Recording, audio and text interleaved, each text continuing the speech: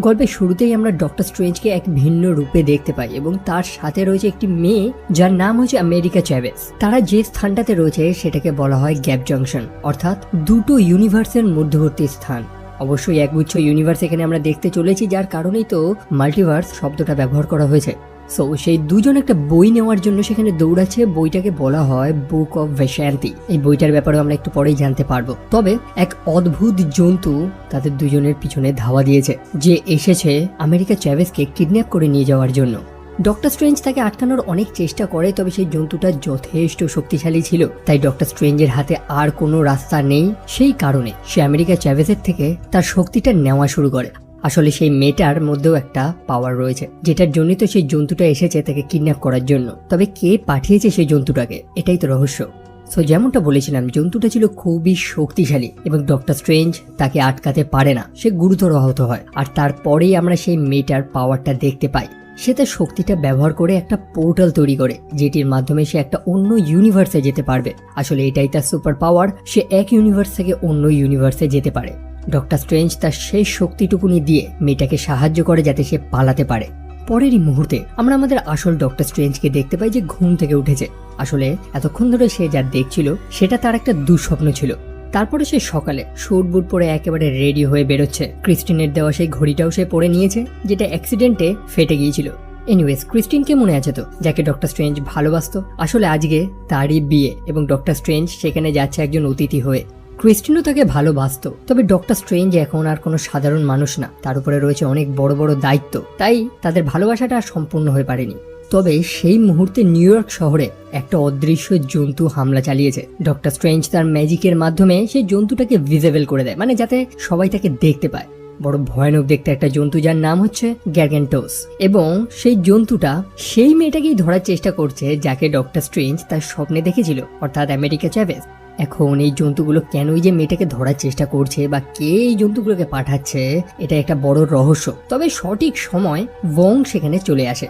Doctor strange এবং Wong তারা দুজন মিলে সেই জন্তুটার সাথে লড়াই করে তাকে হত্যা করে দেয় এবং সেই মেয়েটাকে বাঁচিয়ে নেয়। স্ট্রেঞ্জ তাকে জিজ্ঞেস করে যে সেই মেয়েটাকে তো সে স্বপ্নে দেখেছিল, তাহলে ব্যাপারটা কি হলো? তখন মেয়েটা জানায় যে সেটা কোনো স্বপ্ন না, অ্যাকচুয়ালি সেটা ঘটেছিল, তবে অন্য আর একটা ইউনিভার্সে। মেয়েটা তাদের এক্সপ্লেইন করে যে সচরাচর আমরা যেসব স্বপ্ন দেখি সেটা আসলেই আমাদের সাথে হয়, তবে অন্য আর একটা ইউনিভার্সে। মেয়েটা জানায় যে সেই জন্তুগুলো আসছে সেই মেয়েটার থেকে তার পাওয়ারটা নেওয়ার জন্য। মেয়েটার পাওয়ারটা হচ্ছে সে এক ইউনিভার্স থেকে অন্য ইউনিভার্সে ট্রাভেল করতে পারে। মেয়েটা তখন এটাও এক্সপ্লেইন করে যে সেই জন্তুগুলোকে হারানোর একটাই উপায় হচ্ছে একটা বই, যেটার নাম হচ্ছে বুক অফ ভ্যাশান্তি। ডক্টর স্ট্রেঞ্জ মনে করে যে এটা তো জাস্ট একটা কাল্পনিক বই যার কোনো অস্তিত্ব নেই, তবে ওয়ং জানায় যে হ্যাঁ, এটার একটা অস্তিত্ব রয়েছে। এটির মাধ্যমে সর্সারাররা তাদের শত্রুকে খুব ইজিলি ভাবে হারাতে পারবে। তবে সেই বইটার কাছে যাওয়াটা অতটা সহজ না। তবে সেই অন্য ইউনিভার্সের ডক্টর স্ট্রেঞ্জ এবং আমেরিকা চ্যাভেজ তারা পৌঁছেছিল সেই বইটার কাছে, যেটা আমরা প্রথম সিনেই দেখেছিলাম। তবে এই কথাগুলো ডক্টর স্ট্রেঞ্জ একেবারেই বিশ্বাস করছে না। সেই কারণে সে মেয়েটি তাকে একটা প্রমাণ দেয়, সেটা হচ্ছে সেই অন্য ইউনিভার্সে যে ডক্টর স্ট্রেঞ্জ মারা গিয়েছিল তার মৃতদেহটা তাদের সামনে এনে দেয়। ডক্টর স্ট্রেঞ্জ তার শরীরের ক্ষত স্থানগুলো ভালো মতন পর্যবেক্ষণ করে বোঝে যে এটা কোনো সাধারণ ম্যাজিক না, তাকে হত্যা করা হয়েছে উইচক্রাফটের মাধ্যমে। ডক্টর স্ট্রেঞ্জ সেই মৃতদেহটাকে একটা স্থানে কবর দিয়ে দেয় এবং তারা আমেরিকা চ্যাভেজকে নিয়ে যাচ্ছে কামার-তাজে, যেখানে সে সুরক্ষিত থাকবে। এবং এখন ডক্টর স্ট্রেঞ্জকে জানতে হবে যে কে সেই জন্তুগুলোকে পাঠাচ্ছে, যে এইসব উইচক্রাফট করে বেড়ায়।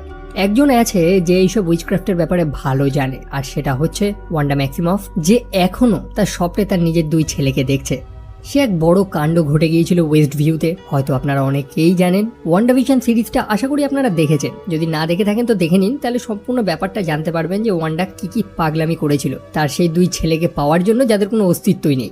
সো বেচারি ওয়ান্ডা ঘুম থেকে ওঠে, আর যেহেতু সে স্বপ্নে তার সেই দুই ছেলেকে দেখেছে, তার মানে আমরা বুঝতে পারি যে অন্য ইউনিভার্সে ওয়ান্ডার কিন্তু সেই দুটো ছেলে রয়েছে। ডক্টর স্ট্রেঞ্জ তার সাথে এসে সাক্ষাৎ করে। আসলে সে ওয়ান্ডার থেকে সাহায্য নিতে এসেছে। মনে আছে তো, ওয়ান্ডা সেই ডার্ক হোল্ডের বইটা ব্যবহার করেছিল, তো এইসব উইচক্রাফটের ব্যাপারে সে কম বেশি জানে। সে ওয়ান্ডাকে সে মেয়েটার ব্যাপারেও জানায়, অর্থাৎ আমেরিকা চ্যাভেজ। সম্পূর্ণ ব্যাপারটা তাকে এক্সপ্লেইন করে যে কিছু অদ্ভুত জন্তুরা আসছে সেই মেয়েটিকে কিডন্যাপ করার জন্য।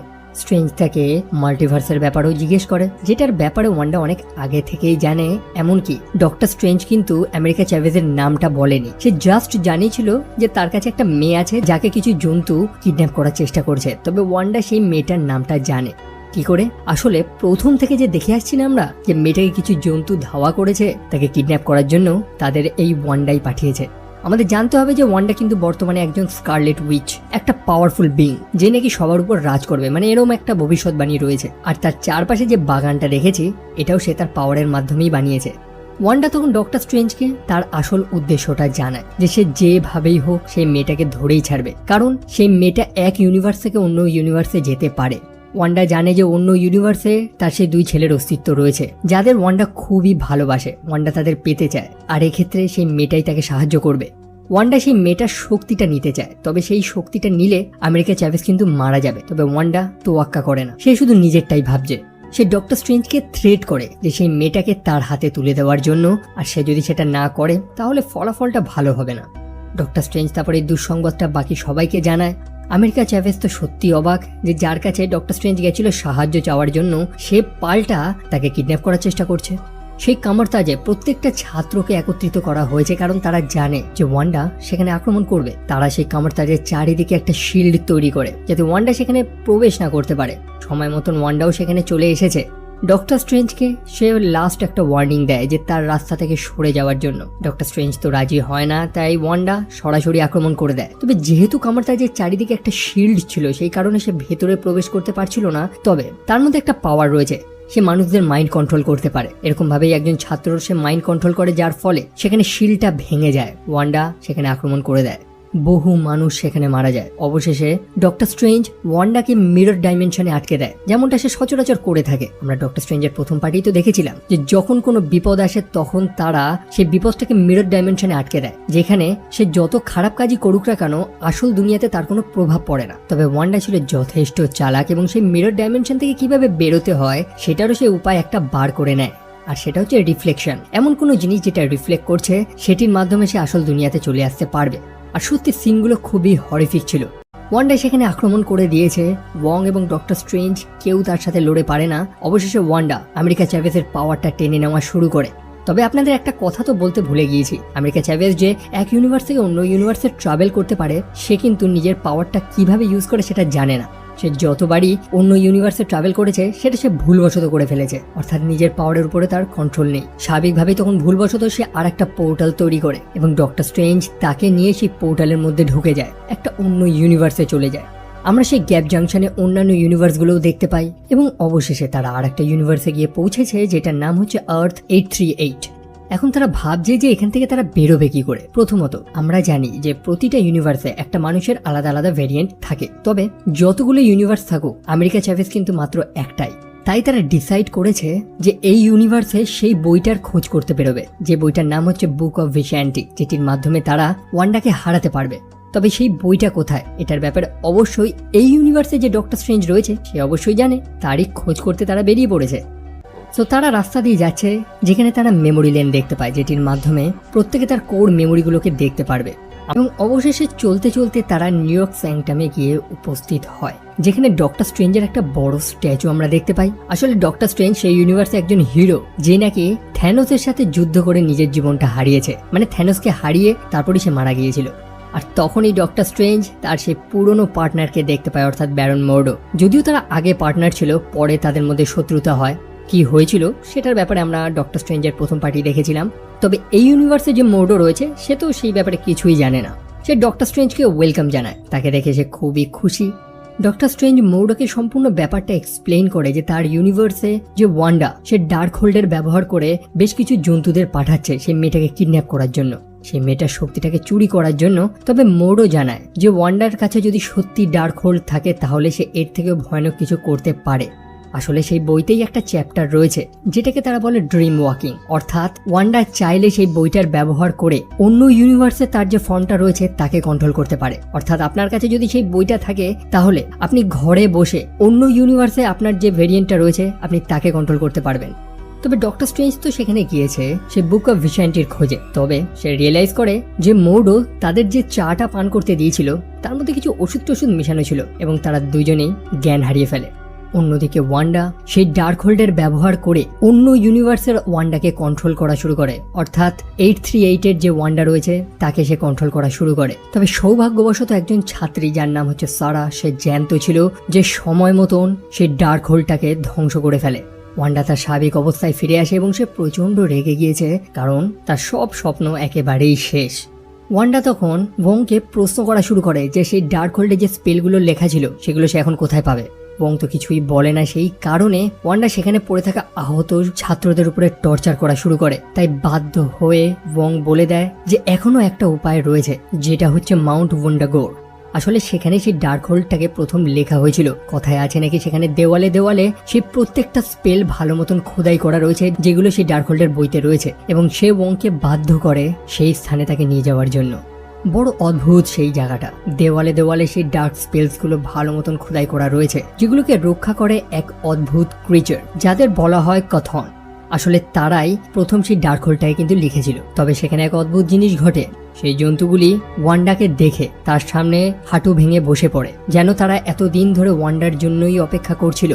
যেমনটা বলেছিলাম, একটা ভবিষ্যৎবাণী তো রয়েছে, সেটা হচ্ছে স্কারলেট উইচ গোটা বিশ্বের উপরে রাজ করবে। সেই স্থানে একটা সিংহাসন ছিল যেটাতে বসবে শুধুমাত্র স্কারলেট উইচ। অন্যদিকে ডক্টর স্ট্রেঞ্জ এবং আমেরিকা চ্যাভেজ তাদের হুঁশ আসে, তারা লক্ষ্য করে একটা কাঁচের বাক্সের মধ্যে তাদের বন্দি করে রাখা হয়েছে। তাদের উপরে কিছু টেস্ট হচ্ছে, যেগুলোকে করছে ক্রিস্টিন। আসলে তাদের কাজ হচ্ছে এই মাল্টিভার্স থেকে যেসব বিপদগুলো আসে সেগুলোর উপর পরীক্ষা নিরীক্ষা করা, সেগুলোকে দেখাশোনা করা ইত্যাদি। তবে ডক্টর স্ট্রেঞ্জকে সেখানে কেন আটকে রাখা হয়েছে, যার কারণ সেই ইউনিভার্সের সব থেকে বড় বিপদ যদি কেউ, সেটা হচ্ছে ডক্টর স্ট্রেঞ্জ নিজেই। তবে কেন? যাই হোক, মোডও সেখানে চলে আসে। সে জানায় যে ডক্টর স্ট্রেঞ্জকে এখন পেশ করা হবে ইলুমিনাটির সামনে। সেখানে মোডোর সাথে আমরা কিছু আল্টন সেন্ট্রিকে দেখতে পাই। এখন অনেকে ভাবতে পারেন এরা তো খারাপ, আসলে সেটা একেবারেই না, যেহেতু এগুলো এআই, আর্টিফিশিয়াল ইন্টেলিজেন্স, যাদের খারাপ ভালো দুটো কাজেই ব্যবহার করা যেতে পারে। সো ডক্টর স্ট্রেঞ্জকে ইলুমিনাটির সামনে পেশ করা হয়। ইলুমিনাটি হচ্ছে কিছু সুপার হিউম্যানদের একটা গ্রুপ, যারা এখন ডিসাইড করবে যে ডক্টর স্ট্রেঞ্জের সাথে কি করা উচিত। সেই গ্রুপে রয়েছে ক্যাপ্টেন কার্টার, অর্থাৎ পেগি কার্টার। এখন অনেকে প্রশ্ন আসতে পারে যে ক্যাপ্টেন আমেরিকা আবার ক্যাপ্টেন কার্টার কি করে হয়ে গেল? অবশ্যই আমাদের বুঝতে হবে যে এটা একটা অন্য ইউনিভার্স। আমাদের মার্ভেল সিনেম্যাটিক ইউনিভার্সে যা যা ঘটছে, অর্থাৎ আর্থ 616-এ, সেটাই যে অন্য ইউনিভার্সে ঘটবে এমন তো কোনো কথা নেই। বিশেষ করে আমরা হোয়াট ইফের একটা স্টোরি দেখেছিলাম, যেখানে আমাদের আলাদা আলাদা কিছু পসিবিলিটিস দেখানো হয়েছে। তারপরের সদস্য হচ্ছে ব্ল্যাকাগার বল্টগন বা ব্ল্যাক বোল্ট। তারপর হচ্ছে ক্যাপ্টেন মার্বেল, তবে এটা আমাদের ক্যারল না, এটা হচ্ছে মারিয়া রেমবো। তারপর হচ্ছে রিড রিচার্ডস, যাকে দ্য স্মার্টেস্ট ম্যান অ্যালাইভ বলা হয়। অবশ্যই তার চরম বুদ্ধি। আর যেহেতু এখানে ফ্যান্টাস্টিক ফোরের একটা রেফারেন্স দিয়েই দিয়েছে, তাহলে সম্ভবত ভবিষ্যতে আমরা ফ্যান্টাস্টিক ফোরকে দেখতেই পারি, বলে ব্যাপারটা মন্দ হয় না। সো রিড রিচার্ডস ডক্টর স্ট্রেঞ্জকে এক্সপ্লেইন করে যে কেন ডক্টর স্ট্রেঞ্জকে একটা বিপদ মনে করা হচ্ছে। আসলে এই মাল্টিভার্সাল ট্রাভেলের ফলে, অর্থাৎ একটা ইউনিভার্স থেকে অন্য ইউনিভার্সে যাওয়ার ফলে একটা বিপদও ঘটে, যেটাকে বলা হয় ইনকারশন। অর্থাৎ দুটো ইউনিভার্স একে অপরের সাথে ধাক্কা লাগে, যার ফলে কি হয়, একটা ইউনিভার্স ধ্বংস হয়ে যায় বা কখনো কখনো দুটো ইউনিভার্সও ধ্বংস হয়ে যায়। আর যেটা অ্যাকচুয়ালি হয়েছে, এই ইউনিভার্সে যে ডক্টর স্ট্রেঞ্জ ছিল সে সেটাই করেছিল, যার ফলে কোটি কোটি মানুষ মারা যায় সেই ইনকারশনের ফলে। তবে এখানকার মানুষরা তো ডক্টর স্ট্রেঞ্জকে তাদের হিরো মনে করে। তাহলে ব্যাপারটা কি হলো? আসলে সত্যিটা সবার থেকে লুকানো হয়েছিল। চার্লস জেভিয়ার সেখানে চলে আসে, যে ডক্টর স্ট্রেঞ্জকে সম্পূর্ণ ব্যাপারটা এক্সপ্লেইন করে। আসলে এই ইউনিভার্সের ডক্টর স্ট্রেঞ্জ থ্যানোসকে হারানোর জন্য সে ডার্ক হোল্ডের ব্যবহার করা শুরু করে, যেটার ফলে সে থ্যানোসকে হারাতে তো পারেনি, বরং দুটো ইউনিভার্সকে সে ধ্বংস করে ফেলেছে। বহু নিরীহ মানুষ মারা গেছে সেখানে।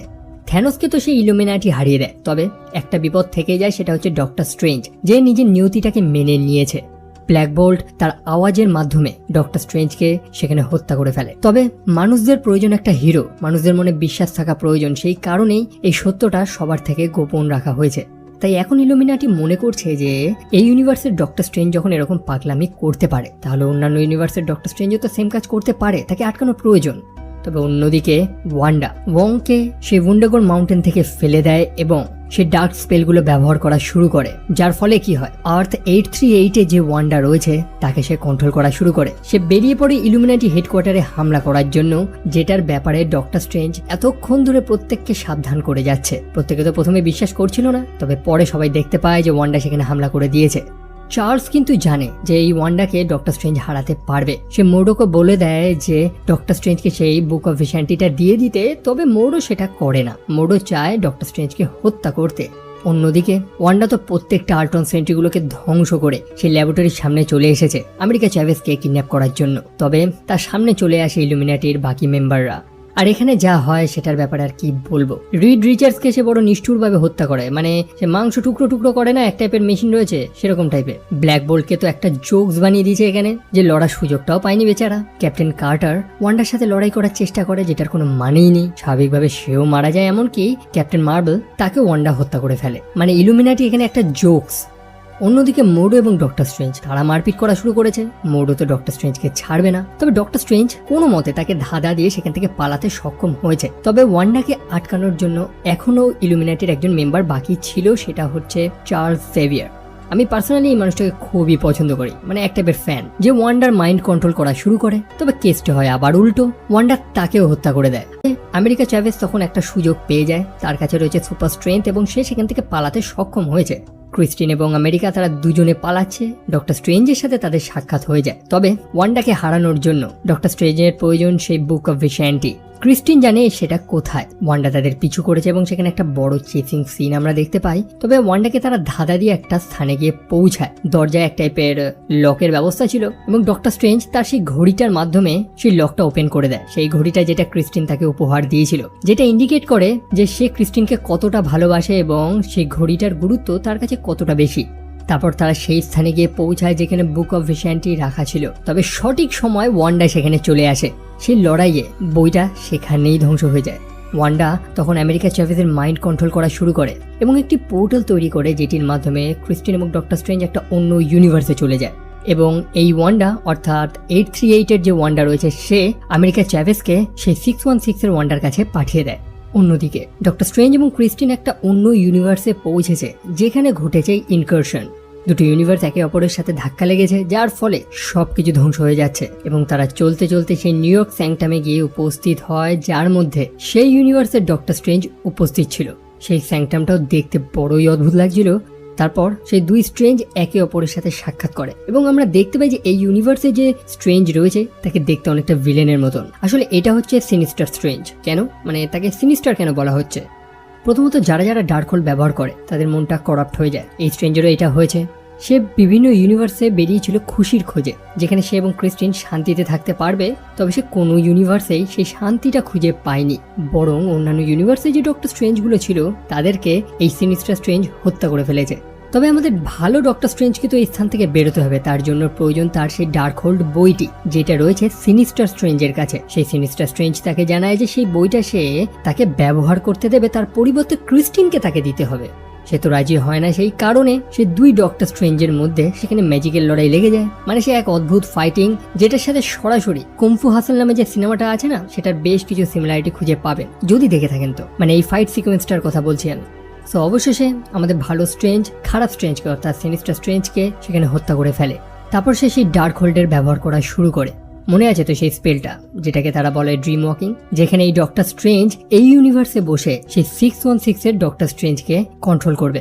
তবে আপনারা হয়তো ভুলে গেছেন যে সেই 616-এ একজন মৃত ডক্টর স্ট্রেঞ্জকে কবর দেওয়া হয়েছিল। গল্পের শুরুতেই আমরা যেটা দেখেছিলাম, এই স্পেলটা ব্যবহার করে সে সেই মৃত ডক্টর স্ট্রেঞ্জকে জ্যান্ত করে, যে এখন ওয়ান্ডার সাথে লড়বে। তবে সেই বইতে কিন্তু এই কাজটা ফরবিডেন রয়েছে, অর্থাৎ আপনি কোনো মৃত মানুষকে জ্যান্ত করতে পারবেন না। ডক্টর স্ট্রেঞ্জ সেই কাজটা করেছে, তার জন্য তাকে মাসুল চোকাতে হবে। সেখানে বেশ কিছু আত্মা চলে আসে, কিছু স্পিরিট, যাদের বলা হয় সোলস অফ দ্য ড্যাম, যারা ডক্টর স্ট্রেঞ্জকে আটকানোর চেষ্টা করে। তবে তখন ক্রিস্টিন ডক্টর স্ট্রেঞ্জকে সাহায্য করে, যাতে সেই স্পিরিটগুলো ডক্টর স্ট্রেঞ্জকে কোনো জ্বালাতন না করতে পারে। ডক্টর স্ট্রেঞ্জ প্রথমে সেই স্পিরিটগুলোর কাছে হার মেনে নিয়েছিল, তবে ক্রিস্টিন তাকে মোটিভেট করে, তাকে বোঝায় যে এই মিস্টিক আর্টসের একমাত্র মাস্টার হচ্ছে ডক্টর স্ট্রেঞ্জ, যেটা ডক্টর স্ট্রেঞ্জের মনে শক্তি যোগায়, এবং সে সেই স্পিরিটগুলোকে কন্ট্রোল করা শুরু করে। সে চলে যায় ওয়ান্ডার কাছে। তবে প্রথমে সেই জন্তুগুলো তাকে বাধা দেওয়ার চেষ্টা করে, অর্থাৎ কাতুন। তবে আমাদের ওয়ং, সে কিন্তু এখনো মারা যায়নি। ওয়ং এবং ডক্টর স্ট্রেঞ্জ তারা দুজন মিলে একটি স্পেলের মাধ্যমে ওয়ান্ডাকে আটক করে রাখে। আমেরিকা চ্যাভেজ তার হুঁশে এসেছে এবং সে রিয়েলাইজ করেছে যে ওয়ান্ডাকে আটকানোর একমাত্র উপায়, যদি ডক্টর স্ট্রেঞ্জ আমেরিকা চ্যাভেজকে হত্যা করে ফেলে, তাহলে ওয়ান্ডা তার শক্তিটা আর নিতে পারবে না।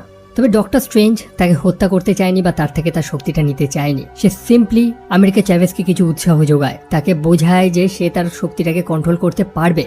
গল্পের শুরু থেকেই আমরা দেখে এসেছি যে আমেরিকা চ্যাভেজ যতবার সেই পোর্টালটা তৈরি করেছে সে প্রতিটা মানুষকে ঠিক সেই স্থানেই পাঠিয়েছে যেখানে তাদের যাওয়া উচিত। প্রবল জোশে উঠে সে ওয়ান্ডার সাথে লড়াই করা শুরু করে, তবে ওয়ান্ডা ছিল যথেষ্ট শক্তিশালী। তবে এইবার আমেরিকা চ্যাভেজ তার বুদ্ধির ব্যবহার করে সে একটা পোর্টাল তৈরি করে দেয়, যে পোর্টালের অপর দিকে ছিল 838 এর ওয়ান্ডা। আর এখানে একটা ইমোশনাল কেস ঘটে। ওয়ান্ডা সেই দুই বাচ্চা যারা ওয়ান্ডাকে স্কারলেট উইচ রূপে দেখে প্রচন্ড ভয় পেয়ে যায়, তারা ডাইনি ডাইনি বলে চেঁচাতে থাকে। এমনকি সেই ইউনিভার্সের যে ওয়ান্ডা ছিল তার উপরেও সে আক্রমণ করে। ওয়ান্ডা এতদিন ধরে চেয়েছিল যে তার বাচ্চারা তাকে ভালোবাসুক, তার কাছে থাকুক, তবে এখন সে যখন দেখছে যে তার বাচ্চাগুলো তাকে দেখে ভয় পাচ্ছে, তার কাছে আসতে চাইছে না, সে রিয়েলাইজ করে যে সে কতটা খারাপ মানুষে পরিণত হয়েছে। তবে সেই 838 এর ওয়ান্ডা তাকে আশ্বাস দেয় যে তার বাচ্চাগুলো এখানে সুরক্ষিত থাকবে, তারা ভালো থাকবে। ওয়ান্ডার পাগলামি তারপর বন্ধ হয়। বং এবং আমেরিকা চ্যাভেজ চলে যায় সেই অন্য একটা ইউনিভার্সের খোঁজে যেখানে ডক্টর স্ট্রেঞ্জ এবং ক্রিস্টিন আটকা পড়ে রয়েছে। ওয়ান্ডা তার পাপের প্রায়শ্চিত্ত করে সেই সম্পূর্ণ স্থানটি অর্থাৎ মাউন্ট মুন্ডাগোরটাকে সে সম্পূর্ণভাবে ধ্বংস করে ফেলে, যাতে সেই ডার্ক স্পেলসগুলোর আর কোনো অস্তিত্ব না থাকে।